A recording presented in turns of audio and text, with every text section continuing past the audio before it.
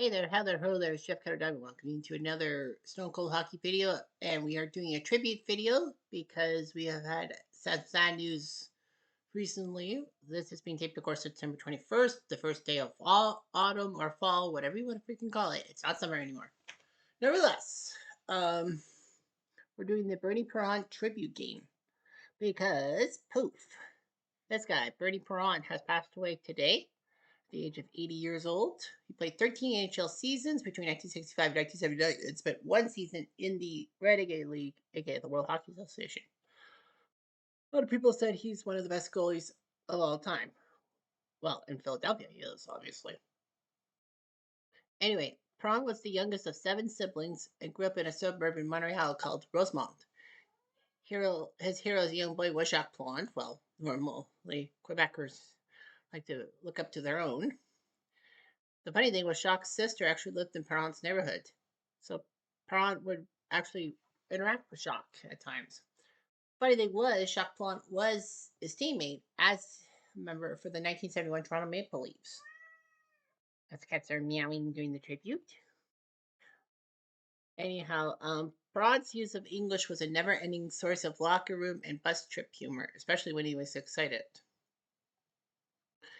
He couldn't really use English that well. Well, I mean, did he have to? Anyway, he played in the OHA, which was the predecessor to the OHL with Niagara Falls, and won the Memorial Cup in 1965, which is a big tournament. And then Boston, well, I think was he drafted by Boston or no? I don't think it was Boston. He's drafted by Boston. He signed with the Bruins organization, and I think Niagara Falls was a farm club in a sense to Boston. Anyway, he played some games for Boston and then was left unprotected for the expansion draft for 1967, the Great Expansion, and the Flyers decided to give him a chance. He did pretty good, and the Flyers were first in the West and odds-on favorite to make the Stanley Cup because the winner of the West Division met the East Division, or practically an original 16 versus a non-original 16, which happened for 3 years until the NHL said the parity they needed more parity. Anyhow, Bertrand was consistent in a sense. But the Flyers needed some help offensively, so they decided to trade Perron and a second round pick to Toronto for Bruce Campbell, a goalie of his own, but practically, that and a first round selection, that which included Boston.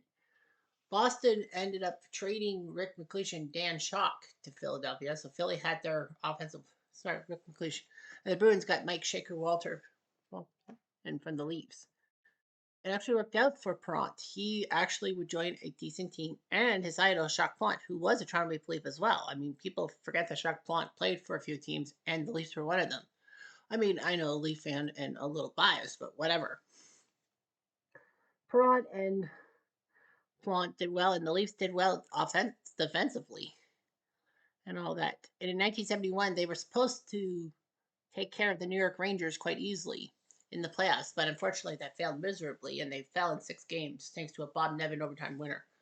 The worst part in that series, although it's not being shown on the page, is that in game 2 of the series between the Leafs and the Rangers, Vic Hatfield decided in a scrum, to swipe Perron's face mask and throw it up into the Madison Square Garden crowd. All that. Perron couldn't finish the game without his mask, although he could have. So Chapeau had to come in to finish the game. The Leafs won that game, and that was one of only 2 games they won. Fortunately, though, Perron got a prototype before Game 3 against the Leafs. So the Leafs decided to have him, but then when the 72-73 season came about, Perron left for the World Hockey Association, the Renegade League, because the Leafs didn't take the WHA seriously, and that's what crumbled the Leafs at one point. He actually became the first NHL player to jump to the new league. I thought it was Bobby Hall, but not. I guess not. Anyway, he signed with Miami. Miami did not have enough funding to be the WHA team, and that franchise got switched to Philadelphia. Of course, Perron would be back in Philadelphia. He used to be a Flyer. So anyway, he would face a lot of shots in the defensively weak team. Unfortunately, there was a contract dispute, and he left the team and went back to the NHL, but did not want to go back to Toronto, thinking he didn't belong there. So Toronto said fine. They traded Perron's rights back to Philadelphia for Doug Favell in a first round pick. It actually worked out. The Leafs got a decent goalie. However, the Leafs would basically be eating a lot of crow, as if we'd have enough problems as is. As Perron would have back to back great seasons, which people said was one of the best ever. In 1974, he had 73. He played 73 of the 78 games and had a 189 goals against with 12 shutouts. And this is not the dead puck era. It's in the neutral trap. So anyhow, he would share the Vezina with Tony Esposito because at the time the Vezina went to the team that had the fewest goals against. 1982 was when they changed it to the best goalie. Period. He was actually second in voting for the MVP.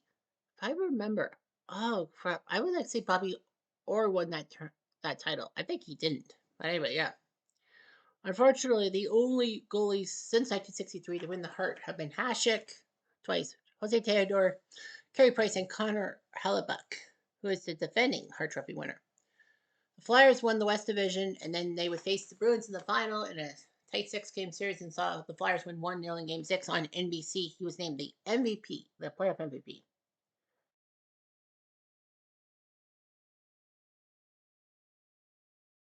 Anyhow, the next year he did quite as well. He put up 12 shutouts the same year. His goals against was a little up, but 203 is pretty good. He won another Vezina and took fourth in MVP voting. And in 1975, his playoff performance was better. He had 4 playoff shutouts instead of 2, and his goals against was 189, not 202 in the playoffs compared to his other season. But nevertheless, he was named the playoff MVP because obviously he did. And then Perron shut down Buffalo in Game 6 of the 75 Stanley Cup Final. So it's weird how he punctuated Flyers Stanley Cup wins with shutouts. And the Flyers have not won the Stanley Cup since 1975. Anyway, there was a big bumper sticker in Philly saying, "Only the Lord saves more than Bernie Perron." A little sacrilege, but whatever you expect. Perron, unfortunately, would be injured by a neck injury in preseason. He needed surgery and only played 11 games in 75-76. People argue that if Bernie Perron was healthy for that season, the Flyers probably would have won 3 straight Stanley Cups. Yeah, he pinched a nerve in his neck. He was inconsistent, and Wayne Stevenson would have to be in net. The Flyers did get to the Stanley Cup Finals despite using Stevenson in the net, not Perron, but the Habs swept them in 4. Perron tried his best and all that. And, Jacques Plante actually told him that Perron's problems were that he was sitting back on his heels, backing into his crease and losing his concentration. So Perron actually returned to form and was much better. It was 7 shutouts. Unfortunately, though, he didn't last the full 78-79 season as he suffered a career-ending eye injury against the Rangers. Even though that he had the old school goalie mask with the eye holes instead of the cage. An iron stick actually entered his mask, causing permanent damage to his vision. He actually ended up losing his sight for 2 weeks and then recovered and regained everything, but not to resume his playing career. He ended up being 34 years old when he retired, and a lot of people actually banned fiberglass masks altogether, mandating the helmet cage combo. Nevertheless, the Flyers decided to give him his number one some due and retire it and all that. He would mentor Ron Haxtell and Pally Lindbergh as goalie coach for the Flyers. It works out. He's an ambassador. So anyway, Perron did turn to alcohol with the rest of his career, but then became sober again.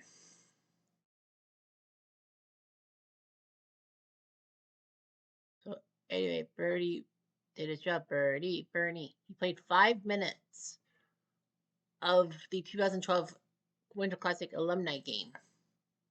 All that he was a resident of Cherry Hill, and he died at age 80 in his sleep after pain in his back the day before. But he's had some great moments in Philadelphia and all that. I mean, guy's an icon. So anyhow, we're gonna do the Brady Perron trivia game with the 2 things from Stone Cold Hockey. I know Stone Cold Hockey does not have every season in existence. I wish they did. That would be super Cooper. But anyway, the 71 Leafs and the 75 Flyers are teams that he played for. So we're going to do a 7-game series, and then once one team gets to 3 wins, then we will break in the action. So 71 Leafs, 75 Flyers. The first game ends up being a 71 Leafs win as Plante played in that and not Perron, and Perron played for the 75 squad. 71 Leafs goals by Ron Ellis, Rick Lay, and Davey Keon. The 2 goals by Lee and Keon were by future WHA icons. 75 Flyers, Kindrachuk and Dornhofer scored goals. Gary Dornhofer, known for being CBC's color commentator for a while. Game 2 saw Flyers win 4-2 to split the series. Perron beats Plante. 75 Flyers goals by McLeish, Bob Kelly, Kindrachuk, and McLeish again. China goals by Guy Trottier, no relation to Brian Trottier. And Trottier. Game 3 sees the Flyers win 4-1 as Perron beat his Toronto counterpart. 71 Leafs were up 1-0 after a period with Dave Keon scoring. But the 75 Flyers scored goals by Bill Clement, who would be an ABC color commentator, unlike Mr. Dornhofer, who was a CBC commentator. Then Bill Barber scored twice. Kitchener! Sorry, force of habit. When a former Kitchener Ranger scores a goal or is in net, I have to yell that Kitchener thing. Bill Clement scored twice. Game 4 sees the Flyers win 3-1 as Prompt beats his counterpart, the 71 Leafs. Daryl Sittler scoring a goal. Bob Kelly, Bruce Dupont, and Lonsberry scoring for Philly. On to Game 5. It will be, 75 Flyers. I am going to change it to Bernie Perrant. And the 71 Leafs are going to go with Jacques Plante. Yeah, Jacques Plante. So, Perrant's on the winning side. I mean, I don't want Bernie Perrant to be on the losing side. But anyway, yeah, Perrant will play Game 5 for the 75 Flyers. The Leafs are down 3-1. They're in trouble. Jacques Plante in the net. Although he was good and he was kind of capable. Anyway, the 71 Leafs have a David Keon, who was at icon number 14 in your programs before he went to the WHA. Normie Allman, who was picked up from the Wings that traded in 1968. Paul Henderson, yes, that guy, Paul Henderson, the hero of Canada 72, not in the Hockey Hall of Fame. Can't you get in on your international credits like a lot of people can? Ronnie Ellis, number 6 in your programs. Billy McMillan, the future Flame. Guy Trottier, Jerry Monahan, Jim Harrison, who was a future WHA icon with the Oilers in the first season. Daryl Sittler, forever number 27. Brian Spinner Spencer, he was the rookie and he was going to be interviewed on Hockey in Canada. And his father was ticked off that the BC station wouldn't carry it. It would be carrying Canucks and Kings. And then you got to hear the story. You got to read about the story. I'm not going to explain it. Jim Dory once had 8 penalties in an opening day game, 1968. George Armstrong, the Chief, and captain. Mike Pellick, Jim McKinney, Rick Lay, future WHA icon. They didn't have Shaker Walton yet. Brad Selwood, although they should. They traded him to Boston. Okay, right. Brad Selwood, Bobby Bond still playing for the Leafs, even though that was years after his 64 run. Denny Dupere.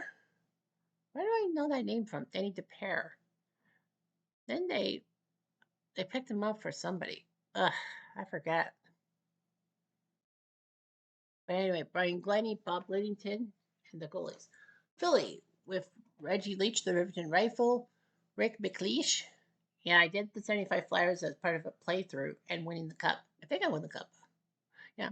Bill Barber, Kitchener, Bobby Clark, the captain, Russ Lonsberry, not Lansbury, Lonsberry, Bill Clement, who did stuff for NBC, Gary Dornhofer, who did stuff for CBC, and Andrew Dupont could take a BFC, a big fat, you know what, Bob Kelly, Oris Kindrachuk, Don Big Bird Selesky, Tom Bladen, Dave the Hammer Schultz, Terry Crisp, future head coach of the 1989 Stanley Cup champion Flames, the Watsons, Jimmy and Joe, Larry Goodenough, I don't know, Ed Van Imp, who was a powerful hitter, Ted Harris, Bob Sawar, Serge Lacherness, and Jack McElhaney. All right, so here we go. 4 minutes into the game. Billy Wachowski or Bird to a Crisp that goal as Crisp scores from Clark 1-0. Lots of time later. Aggression.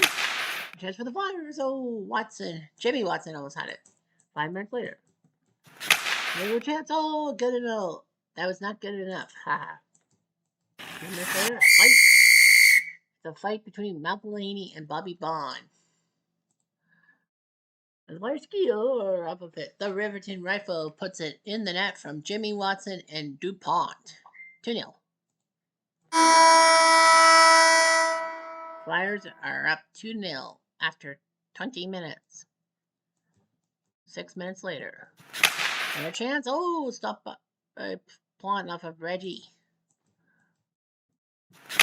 He's now have a chance to turn Armstrong, but a stop by Mr. Perrant. Much later. Action. Attacking stamina. Chance for Ron Ellis. No.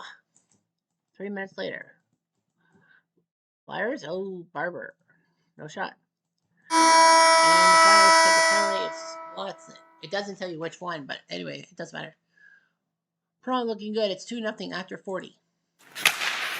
Leaves chance. Boom. Maybe a win. No.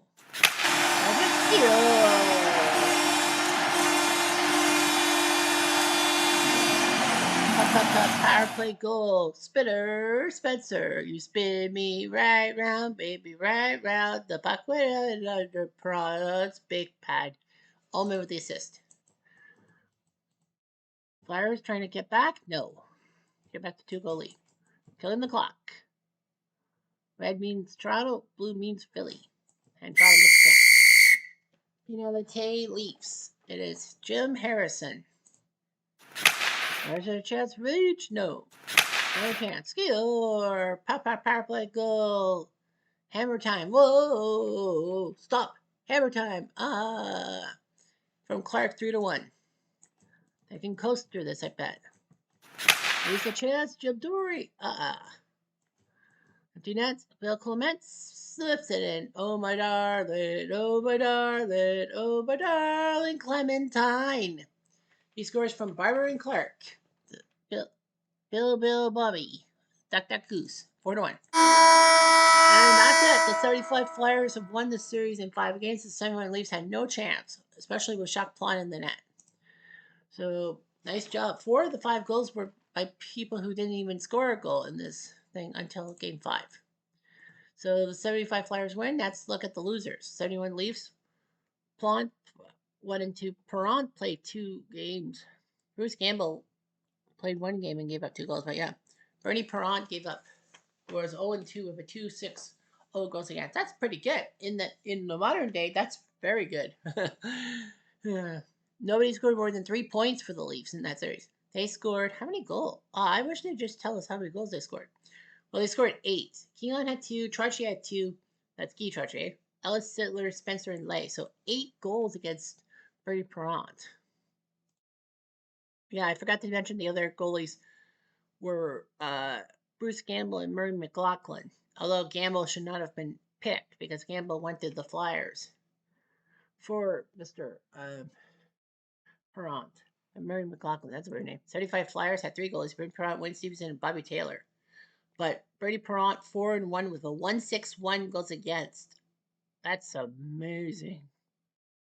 Pretty good, huh? Bobby Clark with 6 points, Reggie Leafs with 5, Bill Barber, Moose DuPont with 4, Lonsberry, Schultz, Watson, and Goodenough with only 1 point. We saw Schultz get his point, and we saw Jimmy Watson get his point in game 5. Goals, Clement had 3, McLeish, Barber, Kindrachuk, and Kelly with 2. Leach with only 1 with Lonsberry, Dornhofer, DuPont, Schultz, and Crisp. So that kind of was okay. But yeah, the Flyers win. Not the Stanley Cup, but hey, anything's close. But yeah, Brent Perrant is an icon, and he'll always be an icon. Rest in peace. Anyway, I'm Jeff Diamond. Adieu.